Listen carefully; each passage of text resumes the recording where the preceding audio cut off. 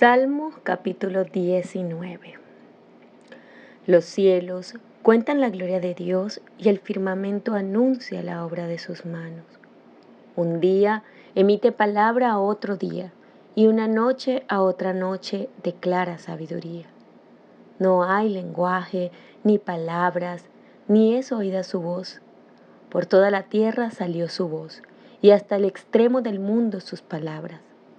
En ellos puso tabernáculo para el sol, y éste, como esposo que sale de su tálamo, se alegra cual gigante para recorrer el camino.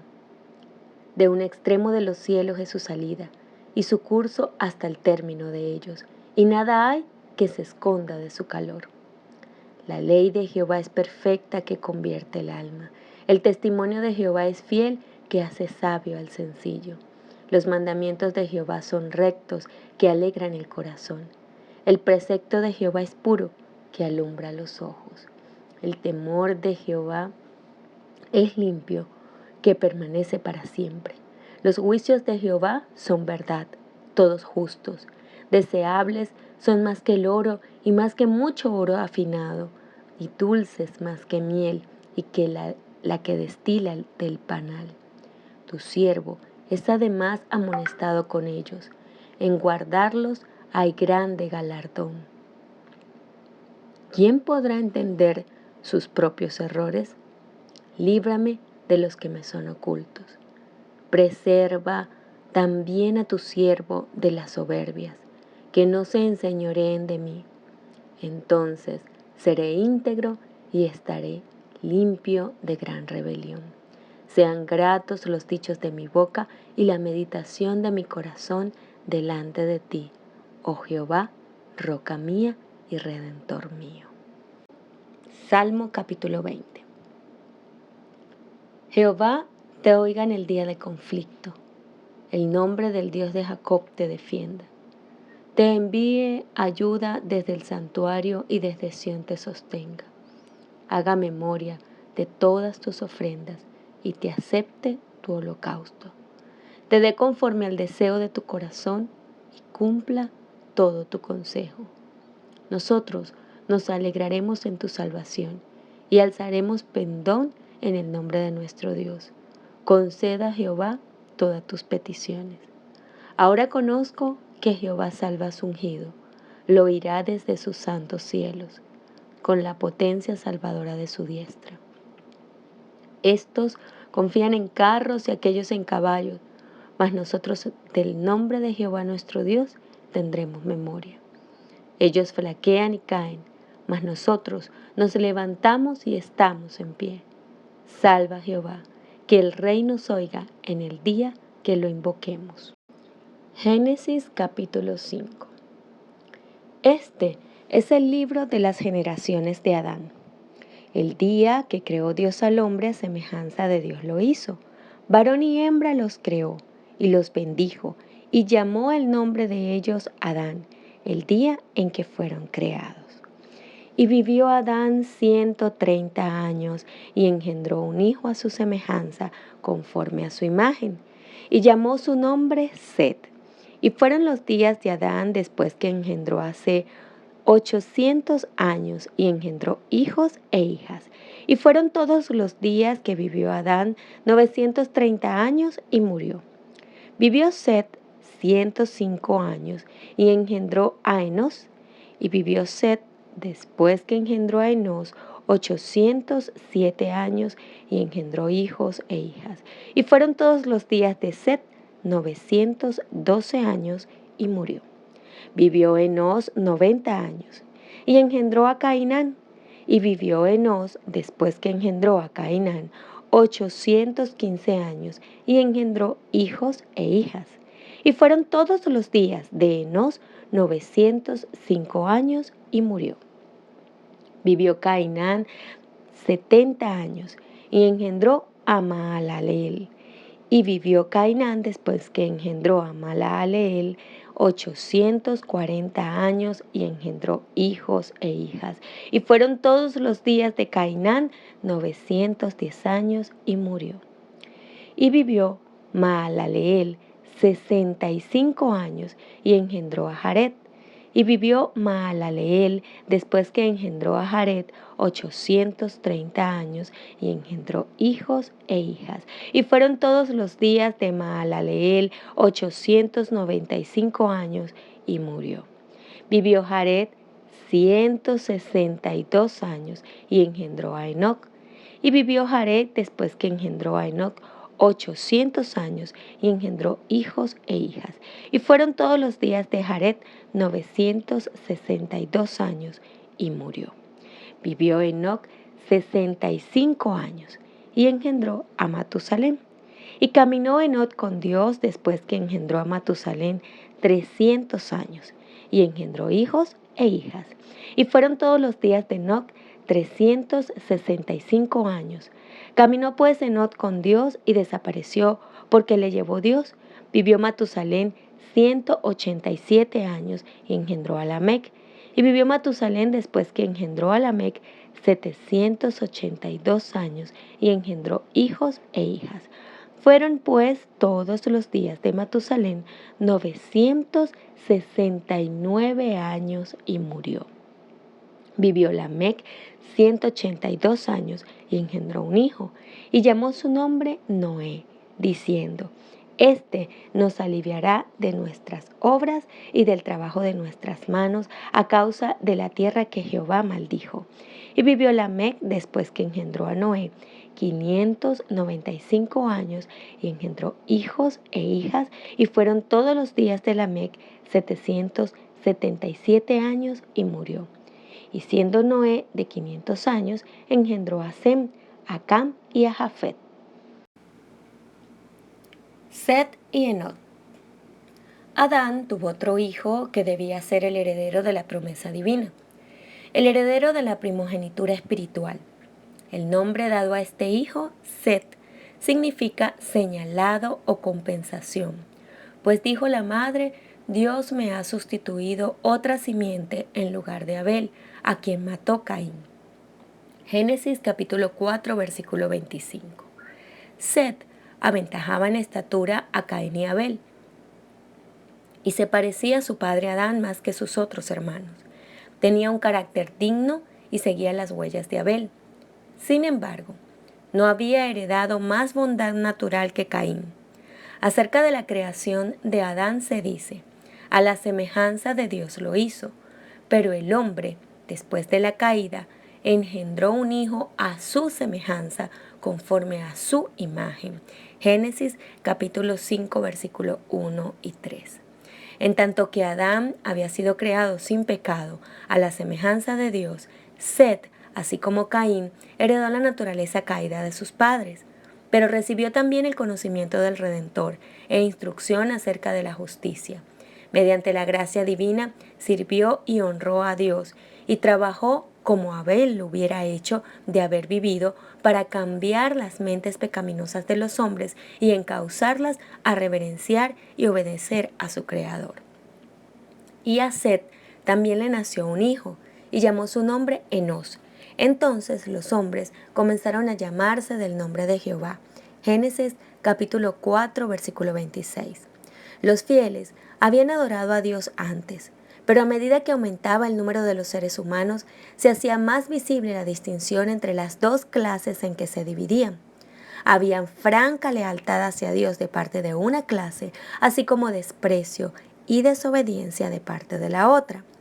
Antes de la caída, nuestros primeros padres habían guardado el sábado, que había sido instituido en el Edén, y después de su expulsión del paraíso, continuaron observándolo.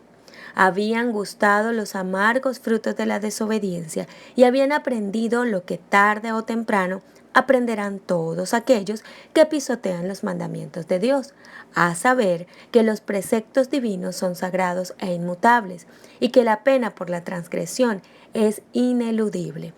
El sábado fue honrado por todos los hijos de Adán que permanecieron leales a Dios.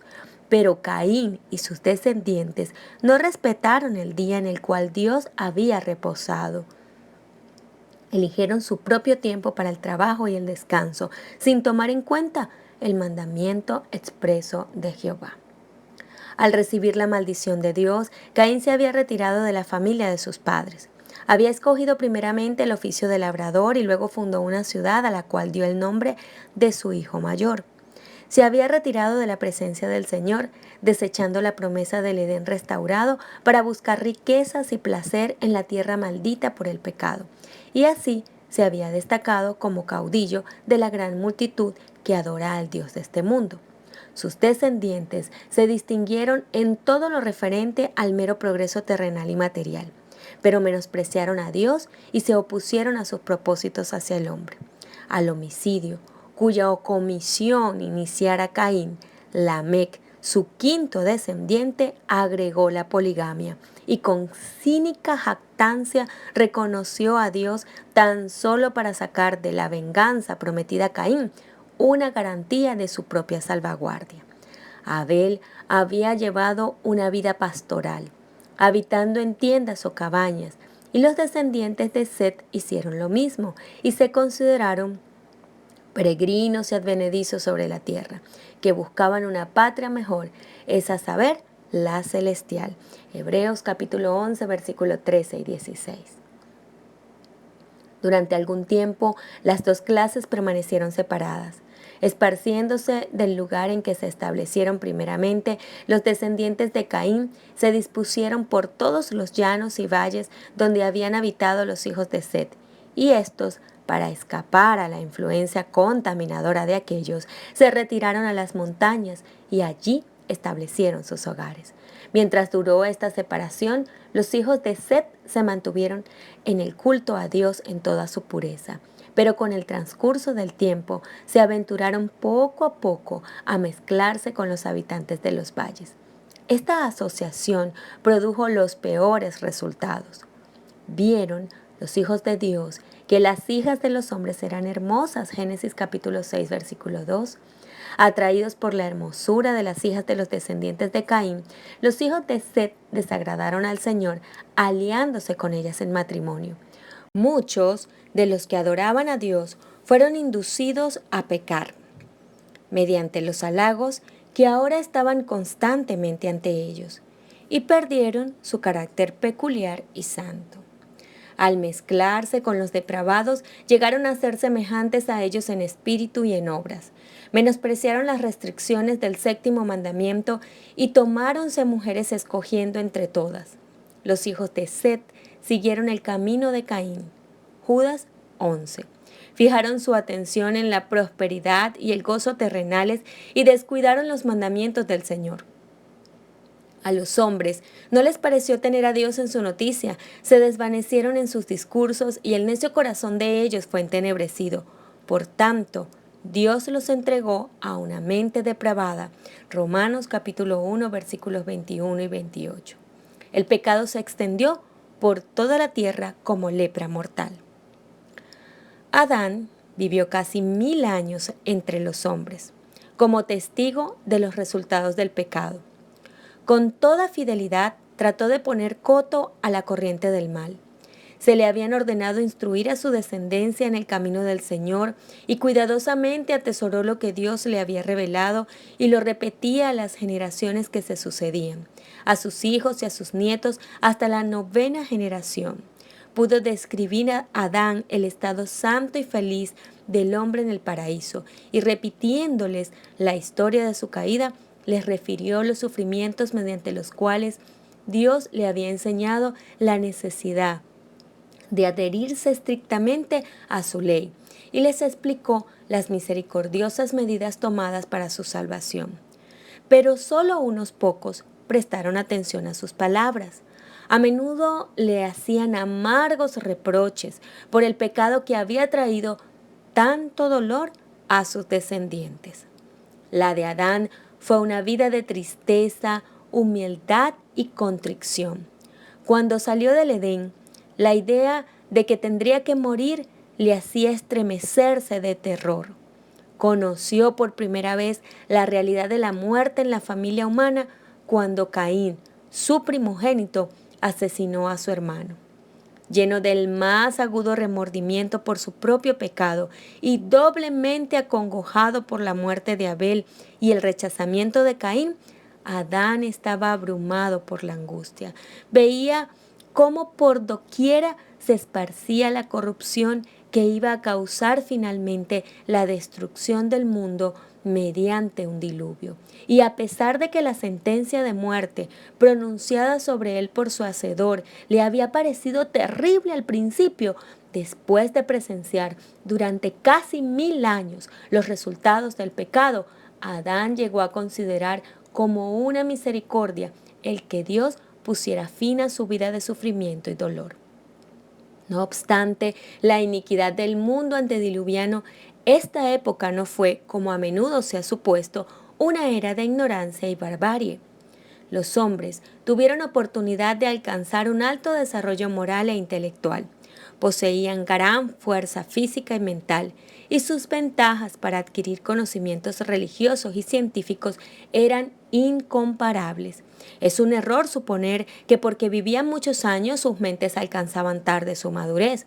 Sus facultades mentales se desarrollaban temprano y los que abrigaban el temor de Dios y vivían en armonía con su voluntad continuaban aumentando en conocimiento y en sabiduría durante toda su vida. Si pudieran compararse con los antediluvianos de la misma edad, los más ilustres eruditos de nuestro tiempo parecerían muy inferiores en vigor mental y físico, a medida que se acortó la vida del hombre y disminuyó su vigor físico, también se aminoró su capacidad mental. Hoy día hay hombres que dedican al estudio un periodo de 20 a 50 años y el mundo se llena de admiración por sus éxitos. Pero qué limitados son estos triunfos cuando se los compara con los de aquellos hombres cuyo vigor físico y mental se desarrollaba durante siglos. Es verdad que los hombres de los tiempos modernos tienen el beneficio del conocimiento alcanzado por sus predecesores. Los genios que proyectaron, estudiaron y escribieron han legado sus trabajos a quienes les han seguido. Pero aún en este respecto y en lo que concierne meramente a los conocimientos humanos, cuán superiores fueron las ventajas de los hombres de aquella edad antigua. Tuvieron entre ellos durante siglos a aquel que Dios había formado según su propia imagen, a quien el Creador mismo declaró bueno, el hombre, a quien Dios había instruido en toda sabiduría del mundo material. Adán había aprendido del Creador la historia de la creación. Él mismo había presenciado los acontecimientos de 9 siglos y comunicó sus conocimientos a sus descendientes. Los antediluvianos no tenían libros ni anales escritos, pero con su gran vigor mental y físico disponían de una memoria poderosa que les permitía comprender y retener todo lo que se les comunicaba, para transmitirlo después con toda precisión a sus descendientes. Durante varios siglos hubo 7 generaciones que vivieron contemporáneamente y tuvieron la oportunidad de consultarse para aprovechar cada una los conocimientos y las experiencias de las demás. Las ventajas que gozaron los hombres de aquellos tiempos para obtener un conocimiento de Dios por el estudio de su obra no han sido igualadas desde entonces. Lejos de ser una era de tinieblas religiosas, fue una edad de grandes luces. Todo el mundo tuvo la oportunidad de recibir instrucción de Adán, y los que temían al Señor tuvieron también a Cristo y a los ángeles por maestros, y tuvieron un silencioso testimonio de la verdad en el huerto de Dios, que durante siglos permaneció entre los hombres. A la puerta del paraíso, guardada por querubines, se manifestaba la gloria de Dios, y allí iban los primeros adoradores a levantar sus altares y a presentar sus ofrendas. Allí era donde Caín y Abel habían llevado sus sacrificios, y Dios había condescendido a comunicarse con ellos. El escepticismo no podía negar la existencia del Edén mientras estaba a la vista, con su entrada vedada por los ángeles custodios. El orden de la creación, el objeto del huerto, la historia de sus 2 árboles tan estrechamente ligados al destino del hombre, eran hechos indiscutibles, y la existencia y suprema autoridad de Dios, la vigencia de su ley, eran verdades que nadie pudo poner en tela de juicio, mientras Adán vivía. A pesar de la iniquidad que prevalecía, había un número de hombres santos, ennoblecidos y elevados por la comunión con Dios, que vivían en compañerismo con el cielo. Eran hombres de poderoso intelecto, que habían realizado obras admirables. Tenían una santa y gran misión, a saber, desarrollar un carácter justo y enseñar una lección de piedad, no solo a los hombres de su tiempo, sino también a las generaciones futuras. Solo algunos de los más destacados se mencionan en las Escrituras, pero a través de todos los tiempos, Dios tuvo testigos fieles y adoradores sinceros. Las Escrituras dicen que Enoc tuvo un hijo a los 65 años. Después anduvo con Dios durante 300 años. En la primera parte de su vida, Enoc había amado y temido a Dios y guardado sus mandamientos. Pertenecía al santo linaje, a los depositarios de la verdadera fe, a los progenitores de la simiente prometida. De labios de Adán había aprendido la triste historia de la caída y las gozosas nuevas de la gracia de Dios contenidas en la promesa. Y confiaba en el Redentor que vendría. Pero, después del nacimiento de su primer hijo, Enoc alcanzó una experiencia más elevada. Fue atraído a más íntima relación con Dios. Comprendió más cabalmente sus propias obligaciones y responsabilidades como hijo de Dios. Cuando conoció el amor de su hijo hacia él y la sencilla confianza del niño en su protección, cuando sintió la profunda y anhelante ternura de su corazón hacia su primogénito, aprendió la preciosa lección del maravilloso amor de Dios hacia el hombre, manifestado en la dádiva de su Hijo, y la confianza que los hijos de Dios podían tener en el Padre Celestial. El infinito e inescrutable amor de Dios, manifestado mediante Cristo, se convirtió en el tema de su meditación de día y de noche, y con todo el fervor de su alma trató de manifestar este amor a la gente entre la cual vivía. Al andar Enoc con Dios, no era en arrobamiento o en visión, sino en el cumplimiento de los deberes de su vida diaria. No se aisló de la gente convirtiéndose en ermitaño, pues tenía una obra que hacer para Dios en el mundo. En el seno de la familia y en sus relaciones con los hombres, oraba como esposo o padre, como amigo o ciudadano. Fue firme y constante siervo de Dios. Su corazón estaba en armonía con la voluntad de Dios, pues andarán dos juntos si no estuvieran de concierto. Amós capítulo 3, versículo 3. Y este santo andar continuó durante 300 años. Muchos cristianos serían más fervientes y devotos si supiesen que tienen solo poco tiempo que vivir o que la venida de Cristo está por suceder.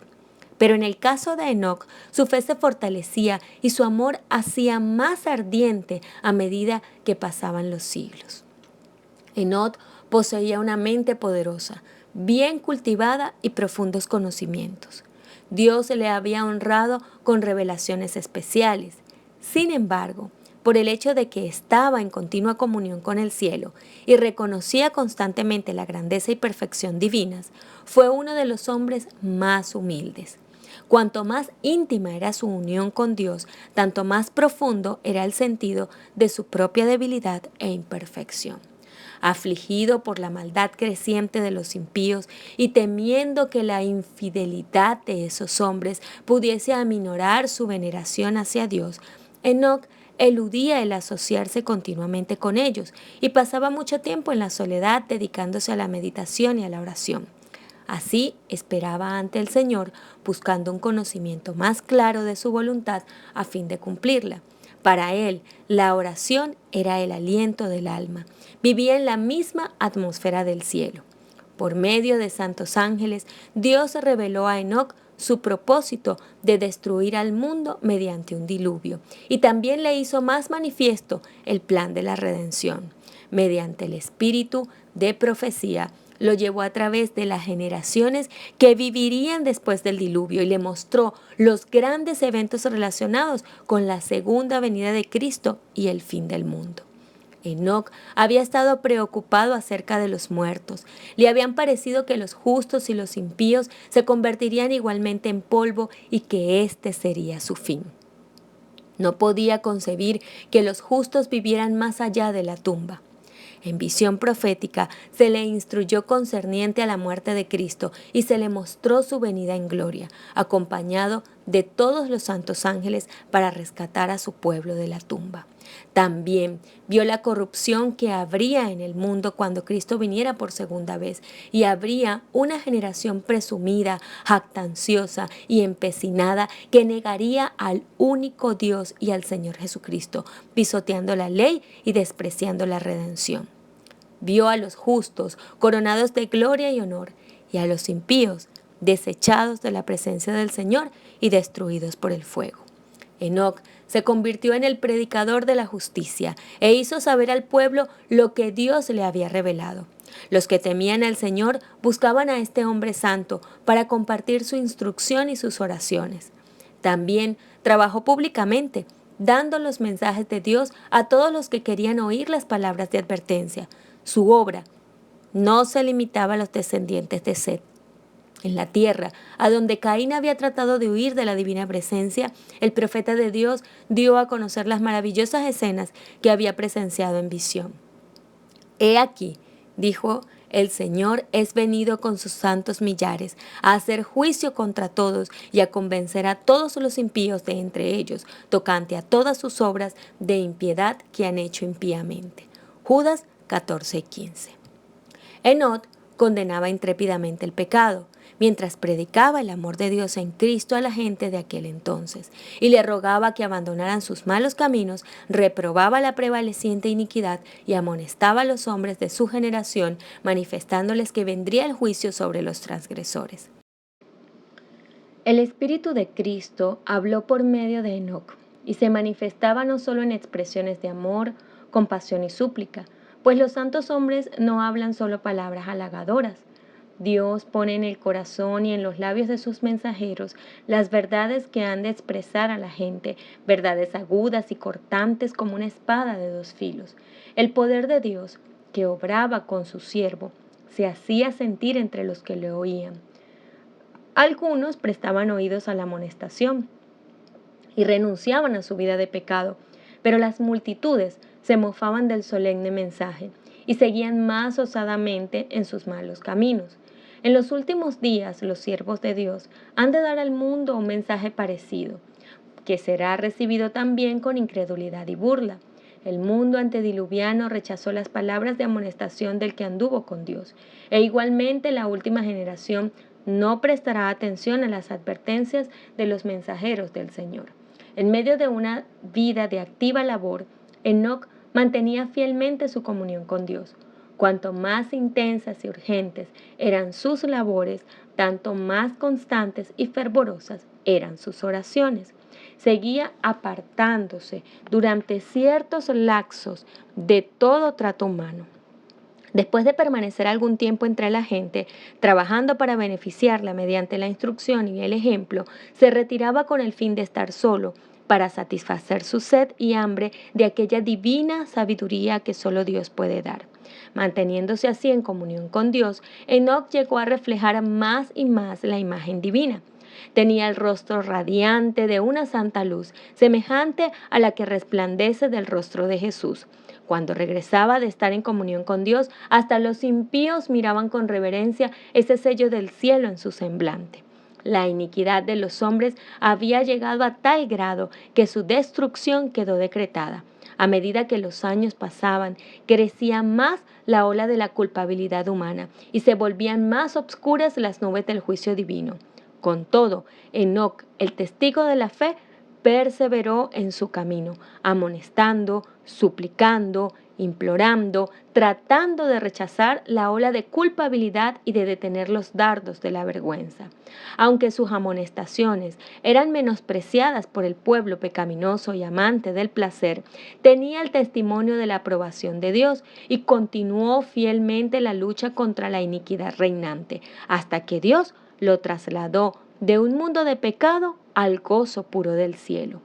Los hombres de aquel entonces se burlaron de la insensatez del que no procuraba acumular oro o plata, ni adquirir bienes terrenales. Pero el corazón de Enoc estaba puesto en los tesoros eternos. Había contemplado la ciudad celestial. Había visto al Rey en su gloria en medio de Sión. Su mente, su corazón y su conversación se concentraba en el cielo. Cuanto mayor era la iniquidad prevaleciente, tanto más intensa era su nostalgia del hogar de Dios. Mientras estaba aún en la tierra, vivió por la fe en el reino de la luz. Bienaventurados los de limpio corazón, porque ellos verán a Dios. Mateo capítulo 5, versículo 8. Durante 300 años, Enoc buscó la pureza del alma. Para estar en armonía con el cielo, durante 3 siglos anduvo con Dios. Día tras día anheló una unión más íntima. Esa comunión se hizo más y más estrecha hasta que Dios lo llevó consigo. Había llegado al umbral del mundo eterno, a un paso de la tierra de los bienaventurados. Se le abrieron los portales y, continuando su andar con Dios, tanto tiempo proseguido en la tierra, entró por las puertas de la santa ciudad. Fue el primero de los hombres que llegó allí. La desaparición de Enoc se sintió en la tierra. La voz de instrucción y amonestación que se había escuchado día tras día se echó de menos. Hubo algunos, entre los justos y los impíos, que presenciaron su partida, y con la esperanza de que se le hubiese llevado a uno de sus lugares de retiro, los que le amaban hicieron una diligente búsqueda. Así como más tarde los hijos de los profetas buscaron a Elías. Pero fue sin resultado. Informaron que no estaba en ninguna parte, porque Dios lo había llevado consigo. Mediante la traslación de Enoc, el Señor quiso dar una importante lección. Había peligro de que los hombres cedieran al desaliento, debido a los temibles resultados del pecado de Adán. Muchos estaban dispuestos a exclamar: ¿de qué nos sirve haber temido al Señor y guardado sus ordenanzas, ya que una terrible maldición pesa sobre la humanidad y a todos nos espera la muerte?